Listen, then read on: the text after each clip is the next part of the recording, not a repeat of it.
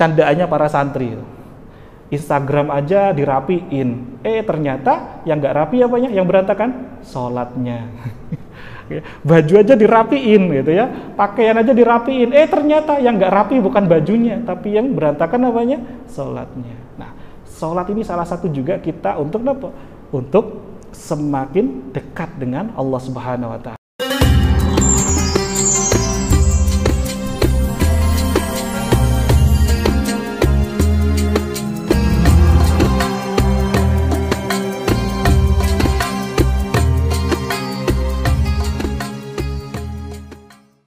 Bismillahirrahmanirrahim. Rabbi shrah li sadri wa yassir li amri wahlul 'uqdatam min lisani yafqahu qawli. Assalamualaikum warahmatullahi wabarakatuh. Alhamdulillah, tsumma alhamdulillah, hamdan katsiran thayyiban mubarakan fihi mubarakan alaihi kama yuhibbu rabbuna wa yarda. Asyhadu an la ilaha illallah wa asyhadu anna Muhammadan abduhu wa rasuluh. Allahumma salli wa sallim ala sayyidina Muhammad wa ala alihi wa ashabihi wa man tabi'ahum bi ihsanin ila yaumiddin, amma ba'd.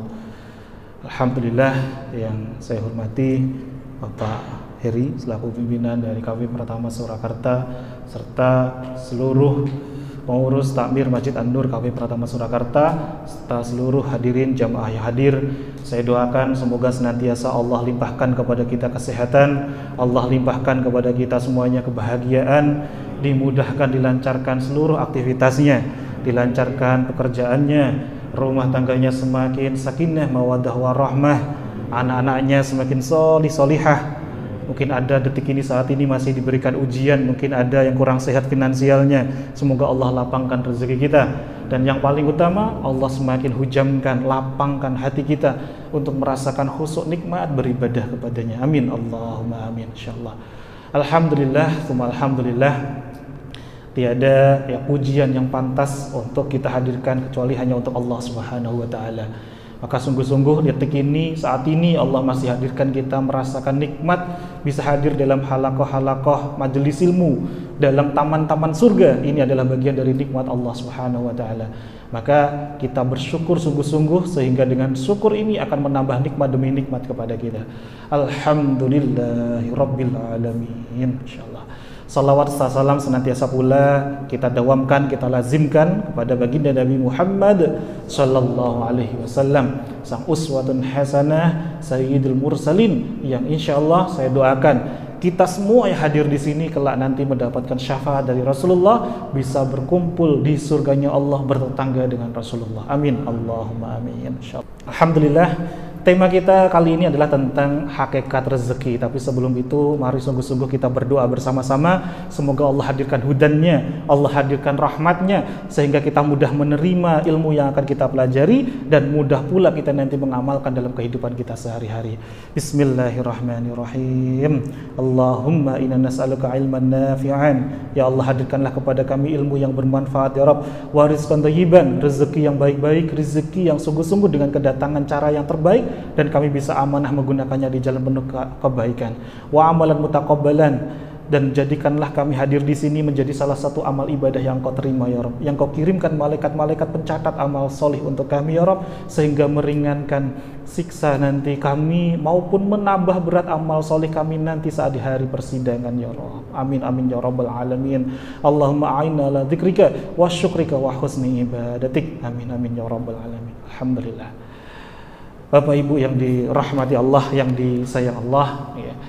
Berbicara mengenai rezeki itu suatu hal yang sangat menarik sekali gitu ya. Tapi sejatinya apa itu hakikat rezeki? Nah, ini ada satu sebenarnya, karena kami nggak bisa memutarkan ya, ada satu video yang unik sekali sejatinya. Video ini biasanya diputar itu ada seorang yang punya latar belakang seorang pemain bola gitu ya. Tapi karena kondisi matanya ini adalah tidak bisa tanpa kacamata gitu. Suatu ketika dia itu sedang berada di jalanannya itu adalah dataran menurun, dia di bawah sedang ya membuka pintu mobilnya, tiba-tiba dari atas ada orang yang tanpa sengaja bola bowlingnya itu jatuh. Maka bisa dibayangkan yang menggelinding bola sepak atau bola bowling. Bola bowling. Ketika bola bowling ini menggelinding, semakin ke bawah semakin kencang atau semakin pelan? semakin kencang. Karena pemain bola ini terbiasa dikit-dikit apa? Kalau namanya sepak bola, kalau nggak pakai kaki, pakai kepala. Nah, ketika ada bola bowling ini menggelinding, kena ada tumpukan batu, dia semakin ke atas, maka kepalanya diapakan kira-kira? Untuk apa? Untuk nyundul. Nah, inilah hikmah yang bisa kita ambil perlahan-lahan dari kisah video ini. Apa yang terjadi? Sejatinya, bola ini laksana sebuah rezeki. Rezeki itu bentuknya macam-macam sekali, beragam sekali. Tapi karena cara kita yang nggak tepat dalam meresponnya, maka justru mencelakai diri kita. Padahal harusnya kalau itu bola bowling diapakan kira-kira? Disundul atau dipersilakan lewat aja? Iya kan? Cara menyikapi kita berbeda. Padahal Allah kasih nikmat itu bermacam-macam. Seperti bola, ada bola kasti, bola bekel, ada bola sepak takraw, bentuknya macam-macam. Ketika menghampiri kita, cara merespon kita juga butuh ilmu yang berbeda-beda. Nah, karena nggak tepatnya sebuah cara respon kita, yang terjadi justru tidak, ya, Masya Allah, menjadikan selamat untuk diri kita. Maka inilah pentingnya kita belajar bersama-sama hari ini tentang apa itu hakikat rezeki. Nah, sebelum itu kita coba ya ingat kembali, ada 4 tipe manusia dalam mencari rezeki. Ada berapa Bapak Ibu? Wonten pinten? Nah, ada 4 tipe manusia dalam mencari rezeki. Tipe yang pertama adalah ketika dia tahu ada rezeki di luar sana, itu rezeki itu dikejar-kejar. Dan kerennya adalah rezeki itu semakin dikejar semakin menjauh. Pernah ngalamin ini betul? Saya dulu sering ini ya. Bahkan ketika saya punya usaha A gitu ya, harapan saya ketika usaha A ini profit, harapan saya apa? Buka lagi cabang A, buka lagi cabang B, cabang D. Harapannya profitnya semakin tinggi. Tapi yang terjadi apa? Malah gulung tikar semuanya. Ketika ada rezeki, dikejar-kejar, rezekinya semakin menjauh. Banyak sekali ketika sharing dengan ya driver gitu ya, driver Gokart, driver Grab gitu ya, ketika sharing gitu ya, itu sering kali, salah satunya adalah baru kemarin dari cerita begini, Pak Sofi, saya itu ya kemarin itu tahu di daerah embarkasi haji itu ada acara besar, dan itu acara itu orang-orang dari luar kota. Harapan saya pasti nanti ada yang butuh untuk pesan, maka saya standby itu dari pagi sampai sore, nggak ada yang nyangkut Pak, nggak ada yang nyangkut. Uniknya lagi, ada teman saya baru lewat langsung nyangkut gitu. Coba perhatikan pola, ini pola pertama. Ada rezeki tahu, tapi semakin dikejar rezekinya semakin menjauh. Ini tipe yang pertama. Banyak sekali orang di sini. Ada tipe yang kedua, ketika dia itu tahu ada rezeki di luar sana, untuk mendapatkannya itu butuh effort luar biasa. Berangkat pagi sampai pulang dini hari, ya. Tapi alih-alih dapat nggak kira-kira? Dapat nominalnya, tapi belum tentu dapatkan keberkahannya. Kenapa? Karena saking fokus mengejar yang namanya nominal, sampai akhirnya nggak ingat kepada sang pemilik rezeki itu sendiri. Siapa sang pemilik rezeki? Allah. Contohnya siapa? Banyak. Ketika sudah dipanggil oleh Allah, Allahu Akbar, Allahu Akbar, saya nanggung gitu ya. Iman-iman dengan aktivitasnya yang tidak bermanfaat. Nah, ciri yang kedua ini, tipe yang kedua, saya pun pernah ada di fase ini. Alih-alih pengen dapat rezeki, alih-alih pengen dapatkan sesuatu yang luar biasa dari Allah, tapi kitanya sendiri nggak semakin taat sama Allah. Kira-kira unik nggak ini kira-kira? Ini kan sebuah paradoks ya, Bapak Ibu. Kita pengen dapat rezeki dari Allah, tapi di satu titik kitanya sendiri nggak mau nurut dengan apa yang menjadi maunya Allah. Maka yang dapat nanti mungkin kalau nominal ya dapat nominalnya, tapi nggak akan bisa dinikmatin, nggak lapang hatinya. Ya. Maka banyak yang terjadi di luar sana, sudah secara gajinya banyak, tapi ternyata masih ngambil haknya orang lain lagi. Kenapa? Karena tidak lapang, nggak berkah rezekinya. Maka ada muncul rasa terus kurang dan sebagainya. Ini tipe yang kedua. Ada tipe yang ketiga. Tipe yang ketiga itu apa? Baru ikhtiar sedikit, justru rezekinya itu semakin mendekat kepada kita. Pengen buatan kira-kira Bapak Ibu. Ini justru ada dalam Al-Quran, juga dicontohkan oleh para imam mazhab. Ya. Atau tipe yang keempat, lebih keren lagi, belum sampai ikhtiarnya, baru punya prasangka, baru ingin saja, itu ternyata hajatnya itu menggetarkan arasnya Allah, Allah ijabah. Jadi kalau kita simak sekilas ya, ini tentang kisahnya Imam Syafi'i ketika sedang berguru belajar hadis kepada Imam Malik. Ketika Imam Syafi'i ini diajari oleh gurunya tentang innallaha yarzuqu may yasha'u bighairi hisab. Bahwa sungguhnya Allah itu di dalam memberi rezeki itu ya tanpa perhitungan. Bighairi hisab, dalam memberikan rezeki itu sesuai dengan kehendak Allah tanpa perhitungan. Bukan karena pekerjaannya, bukan karena ikhtiarnya, tapi karena Allah ridho menghadirkan rezeki. Kemudian Imam Syafi'i bertanya, ya guru, bagaimana mungkin burung yang ada di sangkar itu akan dapat rezeki kalau dia itu nggak keluar dari sangkarnya? Leres napa leres kira-kira? Karena pilihannya hanya leres napa leres nih, leres gitu. Betul kan pertanyaannya Imam Syafi'i itu betul, tapi Imam Malik tidak mau menjelaskan itu. Besoknya ketika Imam Malik ini sedang berjalan gitu ya, izin keluar dari pesantrennya Imam Malik, Imam Syafi'i ini batin, ya Allah, sekiranya enak suasana yang terik seperti ini gitu ya, makan buah anggur. Baru berjalan sedikit, ikhtiar sedikit, tiba-tiba dipanggil ada orang yang panen buah anggur. Ya.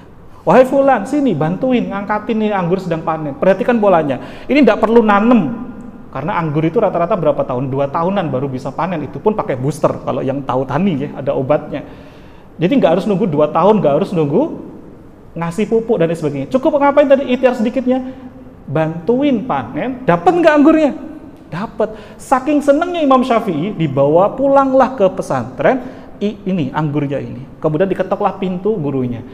Diketok, Assalamualaikum, dipersilakan masuk, dipersilakan makan anggurnya. Kemudian saat Imam Malik ini makan anggurnya, kemudian ditanya muridnya ini, wahai Imam Syafi'i, kamu tadi kok ngantar anggur ini ada apa? Ada hajat apa? Begini guru, bagaimana mungkin burung yang ada di sangkar itu akan dapat makanan kalau dia nggak keluar dari sangkarnya? Ini cara halusnya seorang murid kepada guru, tidak langsung ya protes itu tidak, tapi dengan cara yang sangat halus. Kemudian Imam Malik langsung paham. Gini muridku, ya, ketahuilah sesungguhnya tadi sebelum saya itu buka pintu kamu masuk tadi, saya itu mau ngajar, mau ngambil kitab. Baru kitab saya pegang, saya itu pingin ya Allah sekiranya enak di waktu yang terik ini saya makan buah anggur. Pintu baru saya buka, belum saya keluar rumah, ternyata anggurnya sudah datang yang kamu bawa ini. Pertanyaannya, kamu sudah makan anggurnya atau belum? Apa jawabnya Imam Syafi'i? Dereng guru, belum guru. Langsung Imam Syafi'i langsung paham. Ini contoh tadi, tipe yang ketiga, ikhtiar sedikit rezekinya datang Imam Syafi'i, makomnya Imam Syafi'i. Belum sampai ikhtiar rezekinya datang, makomnya siapa tadi? Imam Malik. Pertanyaannya, yang benar yang mana? Yang ketiga atau yang keempat? Yang ketiga atau keempat ya, benar semua. Tapi ada makomnya yang berbeda-beda. Nah ini yang perlu kita pelajari. Jadi kami di Magnet Rezeki ini mempelajari ya tentang magnet rezeki itu sejatinya ini mengambil intisari dari kitab Al-Hikam yang ditulis oleh seorang waliullah Ibnu Athaillah Sakandari tentang definisi ma'unah. Jadi pertolongan Allah itu ada tiga bentuknya. Yang pertama namanya mukjizat, pertolongan Allah yang diberikan hanya untuk para nabi-nabi dan rasul yang terpilih. Yang kedua namanya karomah, gitu ya. Karomah itu hanya untuk para kekasih-kekasih Allah, para waliullah. Tapi ada nih buat kita yang bukan seorang nabi, bukan seorang rasul, bukan seorang waliullah. Jatahnya apa namanya? Namanya adalah ma'unah. Apa itu ma'unah? Syekh Ibnu Athaillah Sakandari mengatakan dalam makalahnya dalam kitab Al-Hikam, ma'unah itu adalah pertolongan-pertolongan Allah luar biasa. Jadi datangnya itu secara ajaib yang hanya diberikan oleh Allah bagi hamba-hambanya yang memenuhi syarat. Syaratnya itu ada 2. 1, beriman, yang 2 amal soleh. Saya ulangi lagi. Syarat yang pertama apa? Iman, yang kedua amal soleh. Jadi hati-hati. Kalaulah kita kok semakin diberikan kemudahan oleh Allah, berbagi kemudahan oleh Allah, tapi tidak dibarengi dengan semakin kokohnya iman dan semakin banyaknya amal soleh, itu bukan rezeki yang sesungguhnya. Itu bukan rezeki, itu hanya semu saja, kenikmatan sesaat. Itu namanya disebut juga dengan istidraj. Tapi kalaulah kita semakin bertakwa, semakin dibuktikan dengan iman dan amal soleh, kemudian kemudahan semakin mengalir, inilah rezeki yang hakiki yang sesungguhnya. Maka di sini kita bisa mengambil kesimpulan. Ada 4 tipe tadi. Kira-kira kita pengen yang ketiga atau pengen yang keempat? Pengen yang ketiga atau keempat? Nah, ini harus dibentengi dulu, oke? Sayyidina Ali bin Abi Thalib, niku dalam kitab Ayyuhal Walad yang ditulis oleh Abu Hamid Muhammad bin Muhammad Al-Ghazali atau kita masyhurnya Syekh Hujatul Islam Imam Ghazali rahimahullah. Itu Sayyidina Ali bin Abi Thalib itu berkata begini. Barang siapa yang menyangka tanpa amal atau istilahnya tanpa ikhtiar gitu ya, dia itu bisa berhasil mendapatkan sesuatu, itu disebut dengan namanya mutamanin. Mutamanin itu kenapa?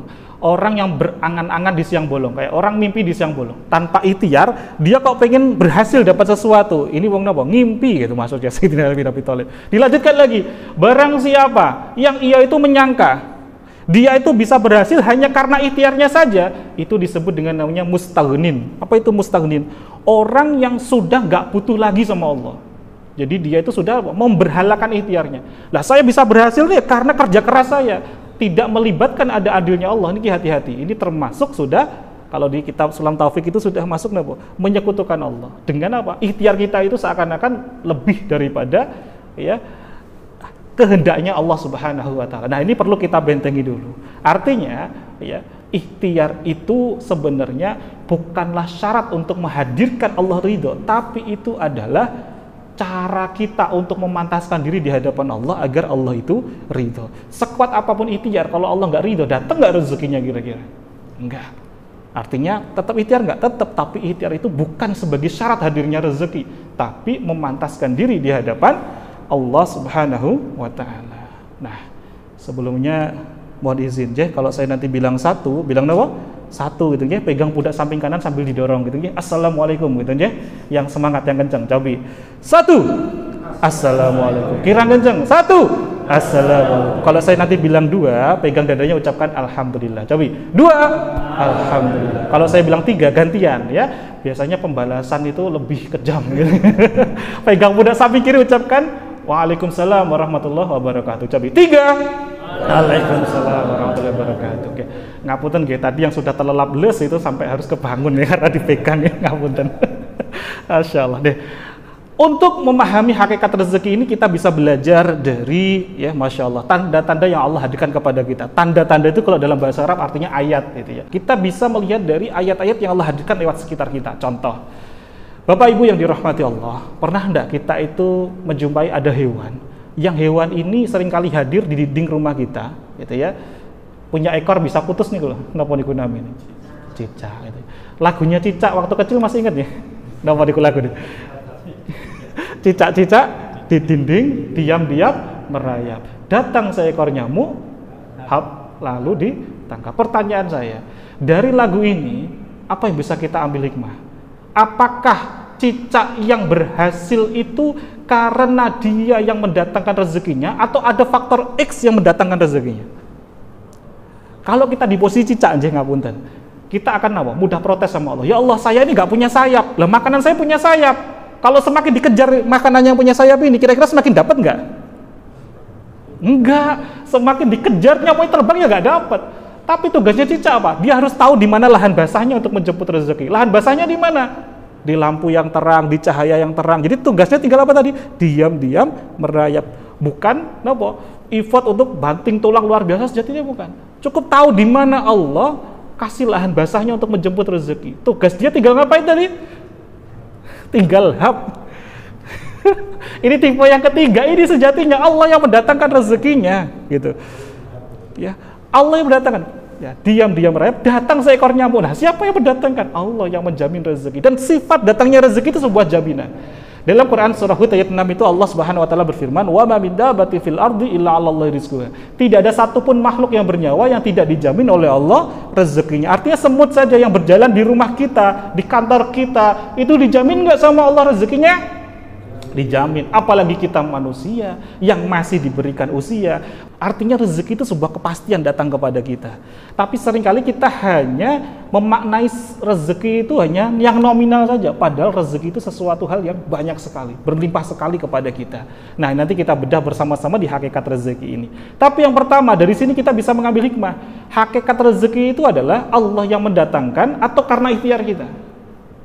Allah dulu yang mendatangkan. Nah, ini kita bentengi ketauhidan kita terlebih dahulu. Jadi rezeki itu berasal dari Allah dan akan kembali kepada Allah, dan otomatis kita nanti akan dimintai pertanggungjawaban kita dalam menggunakan rezeki itu. Nah, ini yang harus kita bentengi terlebih dahulu. Jadi, apa itu rezeki? Rezeki itu adalah segala sesuatu, apapun itu, ya, yang membuat kita itu saat menerimanya semakin ingat kepada Allah, dalam keadaan ridho, lagi diridhai oleh Allah. Misalkan kita dalam bekerja pas nggak bener dimarahin oleh atasan, kira-kira kita semakin memperbaiki diri atau enggak? Ada dua kemungkinan nih, yang satu semakin gemerungsung, semakin grundel, malah semakin parah, yang satu semakin baik lagi. Kalau kita semakin baik, semakin memperbaiki diri, ini rezeki. Tapi kalau kita justru semakin demotivasi, semakin turun, maka ini bukan rezeki. Artinya, contohnya berkata, misalkan Bapak Ibu yang dirahmati Allah, kita itu semakin ingat sama Allah saat dikasih musibah atau saat dikasih nikmat. Coba, niki es dulu niki. Kita sholatnya bisa khusyuk, bisa benar-benar sampai ya meneteskan air mata, sampai sujudnya itu bisa khusyuk banget saat dikasih ujian atau saat dikasih nikmat. Nah, niki berarti ujian itu adalah sebuah rezeki yang sungguhnya. Kenapa? Allah ingin menyelamatkan kita untuk selamat kembali di jalan Allah. Karena Allah itu maha pencemburu. Allah itu sangat cemburu apabila ada hambanya udah dikasih nikmat tapi masih nyeleweng ke sana ke sini. Maka dikasih ujian, tujuannya apa? Agar kita ingat lagi kepada Allah. Jadi ketika tadi ya kita itu misalkan pemain bola, ketika ada bowling jangan asal langsung disundul. Ketika kita dikasih ujian, jangan langsung kita itu ngeluh sama Allah, protes dulu sama Allah, nggak terima saya begini. Bisa jadi karena dengan wasilah itu kita kembali lagi di jalannya Allah. Ini rezeki yang sesungguhnya adalah apa? Ketika kita nanti bisa selamat kembali menuju kampung halaman terbaik kita. Di mana? Di surganya Allah. Jadi rezeki itu apapun yang Allah hadirkan, mau musibah ataupun nikmat, kok dengan kedatangannya itu kita semakin dekat sama Allah. Tapi kalau dikasih nikmat yang banyak, nominal yang banyak, malah justru kita semakin lalai kepada Allah, semakin gak ingat kepada Allah. Ini bukan rezeki. Ini bukan rezeki. Nah, maka rezeki yang sesungguhnya itu adalah yang ketika datang kepada kita itu semakin menunjang amal ibadah kita kepada Allah, semakin menunjang penghambaan kita kepada Allah Subhanahu wa Ta'ala. Jadi kalau hakikat harta itu kan biasanya terkait dengan apa? Seberapa banyak atau sedikit. Tapi kalau berbicara tentang rezeki bukan lagi tentang banyak atau sedikit, tapi tentang seberapa lapang atau sempitnya kondisi hati kita saat kita itu menerima kehadirannya. Jadi mau banyak atau sedikit itu bukan parameter tentang seberapa banyaknya rezeki sejatinya. Itu hanyalah tentang nominal saja. Tapi kalau berbicara mengenai rizki, yang mana Allah itu Ar-Razzaq, maha pemberi rizki, itu cangkupannya tentang seberapa lapang atau seberapa sempit. Maka ada 4 kuadran rezeki. Yang pertama ada kuadran orang yang sudah sedikit sempit hatinya. Ada nggak kira-kira seperti ini? Sudah nggak dapet yang banyak, dia udah dikasih sedikit, tapi masih hatinya tuh nggak bisa lapang. Ada nggak kira-kira? Banyak. Udah dikasih ujian, malah protes terus sama Allah, ngeluh terus sama Allah. Padahal ingat di dalam kitab Ihya Ulumuddin, Imam Ghazali pernah ya dalam makalahnya ngendikan, satu saja kita protes sama Allah, 1000 pintu pertolongan Allah tertutup. Satu saja kita ngeluh sama Allah. Kenapa? Karena kita sudah keluar dari zona keimanan kita, khususnya iman yang ke-6. Rukun iman yang ke-6 ini kenapa? Iman kepada qada dan qadarnya Allah. Jadi satu saja kita ngeluh, ya Allah kok gini banget sih? Kok dia enak, dia itu kan nggak ngibadah aja kok engkau terus kasih, sementara aku yang juga sholat loh ya Allah, kok nggak engkau kasih? Ini kita sudah keluar dari keimanan kita, dari iman kepada qada qadarnya Allah. Maka 1000 pintu pertolongan Allah tertutup. Kenapa? Karena syaratnya maunah tadi iman dan amal sholih. Syarat yang pertama nggak terpenuhi, TNC-nya, term and condition-nya nggak terpenuhi ya, maka kita nggak dapatkan yang hakiki tadi. Ini yang harus kita perbaiki. Ada ini yang sedikit tapi sempit, ada banyak. Nah yang kedua, banyak tapi sempit, ada nggak kira-kira? Nominalnya banyak tapi sempit hatinya, ada nggak? Ada. Orang-orang cirinya apa? Yang masih ya, ini yang disebutkan ya dalam hadis itu, apabila ada anak Adam itu ya sudah dikasih sebongkah emas gitu ya, maka dia akan menginginkan apa? 2 gunung emas yang lainnya. Sampai kapan manusia itu akan berhenti di posisi ini? Sampai tanah itu masuk ke dalam kerongkongannya. Artinya sampai kapan itu? Sudah masuk kita di liang lahat. Mulut kita sudah dipenuhi oleh tanah. Ini sudah dikasih sama Allah nikmat yang banyak, tapi masih nggak sadar, masih hatinya masih tetap pengen lagi, kurang lagi. Ini kuadran yang kedua. Ada kuadran yang ketiga. Dia sedikit tapi lapang hatinya. Ada nggak seperti ini? Ya, ada tapi sedikit gitu ya. Nominalnya dikit tapi hatinya lapang gitu loh. Dikit-dikit itu udah apa? Sabar, tawakal gitu ya. Boten gini, ada tapi ini sedikit gitu ya. Ada tapi ini sedikit, karena ini orang-orang pilihan. Tapi ada loh orang di kuadran 4. Apa itu? Dia sudah dikasih banyak ya, tapi masih lapang hatinya. Ini contoh seperti apa? Utsman bin Affan, Abdurrahman bin Auf, dan dikasih banyak, dia masih apa? Senantiasa tidak sempit hatinya, lapang hatinya. Justru itu dijadikan sebagai wasilah kendaraan untuk semakin dekat kepada Allah Subhanahu wa taala. Kenapa? Karena tujuan dia dalam mengumpulkan yang banyak bukan orientasinya untuk dirinya sendiri, tapi agar bisa semakin menolong orang-orang di sekitarnya. Semakin besar juga zakatnya otomatis. Nah, sementara di posisi ini yang nggak banyak orang ya ketahui. Maka kira-kira Bapak Ibu, kita pengennya mengejar rezeki atau dikejar oleh rezeki? Coba. 1. Nah, ini saking khususnya nomor pun nih. Allah ya. 1. Assalamualaikum. 3. Waalaikumsalam. 2. Alhamdulillah. Alhamdulillah masih fokus berarti. Masya Allah. Nah, ini masih pondasi-pondasinya di mana rezeki. Kita kuatkan dulu tauhid kita perbaiki dulu ya, sungguh-sungguh ya kedekatan kita kepada Allah. Kalaulah kita pengen dikejar rezeki, bukan mengejar rezeki. Ada satu makalah yang sangat masyhur sekali. Ini juga ya disampaikan oleh seorang ulama sangat masyhur, Ibnu Qayyim al-Jauziyah. Beliau mengatakan begini. Rezeki itu laksana bayangan. Laksana apa Bapak Ibu? Bayangan. Bayangan itu semakin dikejar semakin dapat nggak kira-kira?